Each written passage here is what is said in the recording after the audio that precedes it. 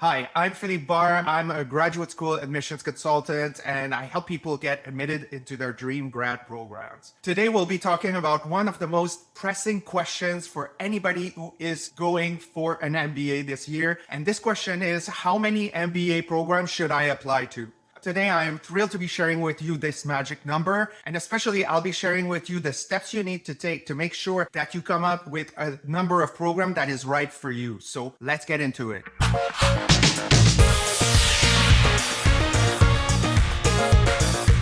When I work with people applying to MBA programs, usually people come to me with a number. And then usually their question is, this is my GMAT score. Let's say I have a 730. Which schools can I go to? In my opinion, this is the wrong way to go about finding how many programs you should be applying to.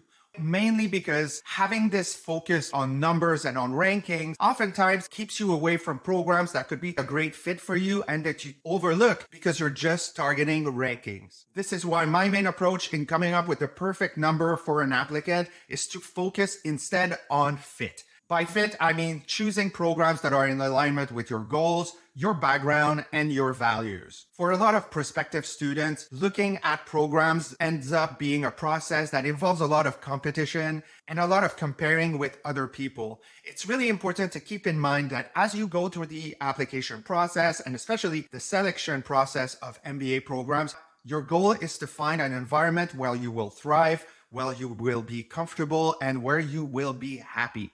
It's also about getting from point A to point B. So you want to find a program that will allow you to get the job you want and professional growth beyond graduation. So the first step to take instead of focusing on ranking is to start by focusing on your interests. This means looking at programs based on your background and what you want to do. This is the best way for you to find a program where you're going to be happy and that's going to be useful in getting you where you want to go post-graduation. If you have experience in healthcare, for example, and you want to stay in this sector, look at programs with a strong focus on healthcare. You want a strong curriculum, connection with employers in the sector, of course, and you also want a strong alumni network that will help you navigate your career post-graduation in the long term. So if you follow this approach and you focus on interest, you might end up with a list of programs that is 20 or more. Do not panic. As we go through the next steps, you'll be able to narrow down this list of schools. This is just the first step to make sure that you have programs that are focused on your background and your professional goals. The second step to take is to look at the program's input. And by input, I mean looking at the class profiles. This is where you dive into what's the average GMAT for the school, what is the average GPA, what type of work experience people have in the program. You can also start looking at the list of current students to see if there's a lot of people that look like you in terms of academics, but also in terms of professional experience. This is a great way for you to start crossing programs that are not in alignment with your own personal profile. The next step to take once you've looked at input is to focus on output, career outcomes post-graduation. So again, you should go back to the website and look, where are people working? What positions do they hold post-graduation? Are these positions similar to the type of positions you'd like to have post-graduation? Do they work for employers that are of interest to you? That's really important. Other things that you can look at would be the average salary. So what is the salary of a graduate post-graduation? What's that average? Does it fit in terms of return on investment? We all know that it costs a lot to go to an MBA program. Is it going to pay off for you to enroll in this program once you've graduated? Finally, it's important to also look at the alumni network. So how tight is it? Where are these people positioned? Is there a lot of alumni activities organized around the program? This is a great way for you to not only guarantee that you'll get the job that you want post-graduation, it's also a great way to confirm that in the long term, you'll be able to leverage this network to grow professionally and hopefully personally. Once you've done that, the next step is to engage with these programs. I personally think that the most important step that people should make as they come up with their final list of program is to visit campus. Going on campus is a great way for you to talk with students in their own environment, gauge this environment. Is it warm? Is it cold? Is it stimulating? You can also observe interactions between students and faculty. A lot of these visits include sitting in a class. So this is a great way for you to imagine yourself in this program. Does it fit with what you're expecting? Culturally, I'll go back to that a little later. Is it in alignment with your beliefs, with your values, etc., etc.? It's really important as you come up with this final list to start interacting with these programs. A lot of people wait at the last minute, and so they wait until they get admitted to visit programs. In my opinion, this is not a great way to go about it. I've had experience working with people who were very excited about one program, got admitted into that program, and as they went for the campus visit, were not entirely thrilled with the overall experience.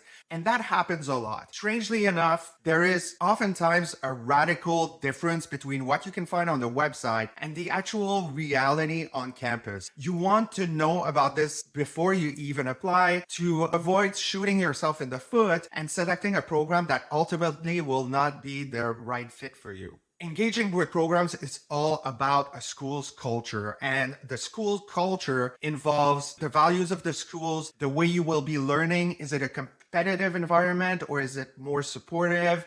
Is it a small group of people or the cohort is huge? It's all about your comfort level and how you see yourself growing academically in this environment. Interact with these programs to find out if you will be happy there. If you're happy there, you will perform better academically and ultimately you'll get a better job. In other words, school culture should be at the center of your calculus in finding the right number of programs for you. I know campus visits can be difficult sometimes if you are living abroad. It might not be always possible with your work schedule, and that's completely understandable. Ultimately, you want to visit campus before you apply, but if it's not the case, then there's other ways that you can engage with a program. The first way you can do this is to sign up for info sessions. A lot of them are online. It's a great way for you to interact with the members of the admissions team. They sometimes invite students or alumni to give their take on the program. One thing that you also want to remember as you go through this engagement with programs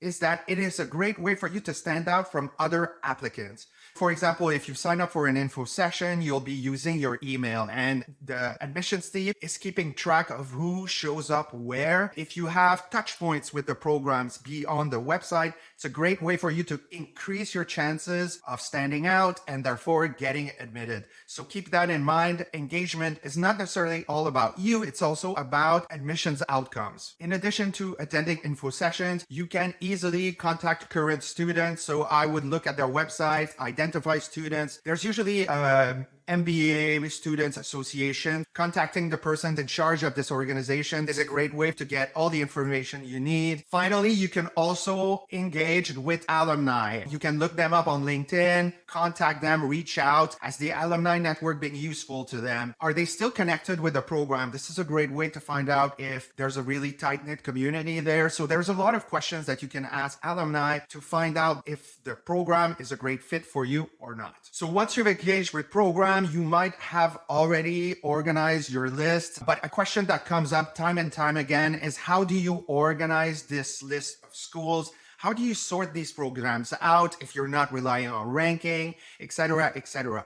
You probably saw online that a lot of people are suggesting to organize your list around your reach school, target school, and backup schools.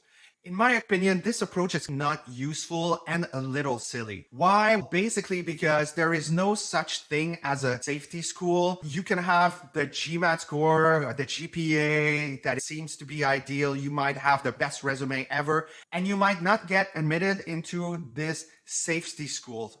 And what does it tell you? That tells you that the admissions process is a bit more than numbers, and that admissions committees are looking to build classes. There are other factors that they're looking at. They'll be looking at, for example, your emotional intelligence. Are you self-aware? Are you empathetic towards others? Your enthusiasm about a program is going to be really important. Are you a visionary? What is your story like, etc., etc.? So organizing your list of schools around reach, target, and safety overlooks the fact that there is nothing guaranteed in admissions. I suggest a much more nuanced approach that is more aligned with what is happening behind closed doors in business schools. And that means to separate your list of schools into groups around the notion of fit. You should have a group of schools where you are a strong contender and schools that are a bit more aspirational. So obviously the school where you're a strong contender, your GMAT is in alignment with the average GMAT, your GPA as well, your work experience, your values are in alignment with what you can find on the website and what you found out through conversations with the admissions teams or students. So this is what I would put in this specific group. The other group is a group where you might not have the exact GMAT. Their average GMAT might be a 720 and you have a 700, but you do have a higher GPA and you have a great story to tell about the challenges you've overcome and the achievements that you've had in your line of work. So you're not necessarily completely aligned, but you think that there are elements in your background that can make them overlook the fact that you might not have the perfect GMAT. That being said, it's important to not drink the delusion Kool-Aid and put in your list of aspirational schools programs that are just not a good fit. So if you have a 630 GMAT, a 3.1 GPA,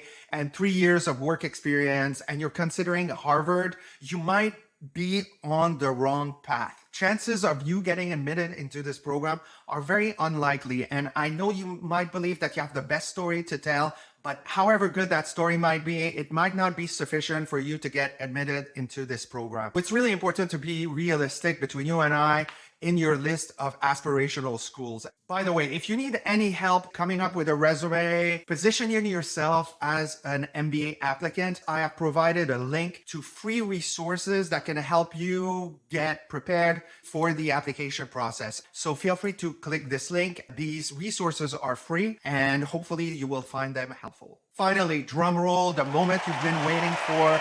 How many programs should you be applying to? Here is my answer. Based on my 15 years of experience in admissions, I think working on 5 to 6 schools is pretty much the magic number.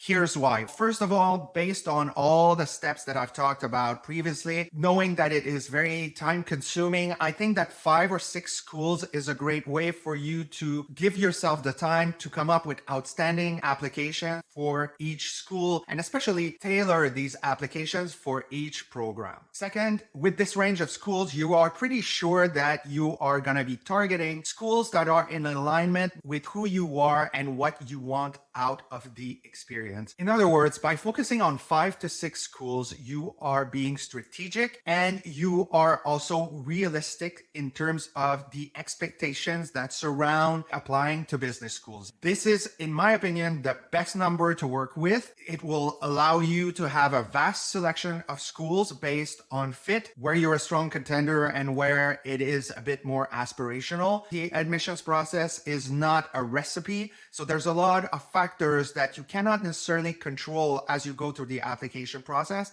And it's important to keep that in mind to avoid taking unnecessary steps and ending up wasting your time. So that's it, folks. This is the magic number of programs that you should be applying to this admission cycle. If you follow these guidelines, you can make sure that you have the right number of schools and go through the process without losing your mind. I hope this video was helpful for you and it allowed to decrease the stress that's usually associated with applying to MBA programs. If you'd like to find out more about the MBA application process, I'll be posting videos within the next few weeks. Make sure to like this video, subscribe, and I will see you in the next video.